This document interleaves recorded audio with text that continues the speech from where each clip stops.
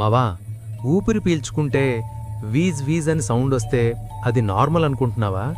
కాదు మావో, అది ఆస్తమా బాడీకిచ్చే వార్నింగ్. ఆస్తమా అంటే లంగ్స్ వీక్ అవడం కాదు. లంగ్స్లో గాలి వెళ్లే మార్గాలు అవసరానికి మించి సెన్సిటివ్ అవుతాయి. డస్ట్, స్మోక్, కోల్డ్ ఎయిర్ తగిలిన వెంటనే బాడీ దాన్ని డేంజర్గా తీసుకుంటుంది. దాంతో లోపల రియాక్షన్ స్టార్ట్ అవుతుంది. ఎయిర్వేస్ లోపల స్వెల్లింగ్ వస్తుంది, మసిల్స్ టైట్ అవుతాయి, స్టిక్కీ మ్యూకస్ యాడ్ అవుతుంది. దీంతో గాలి ఫ్రీగా రావడం వెళ్లడం కష్టమవుతుంది.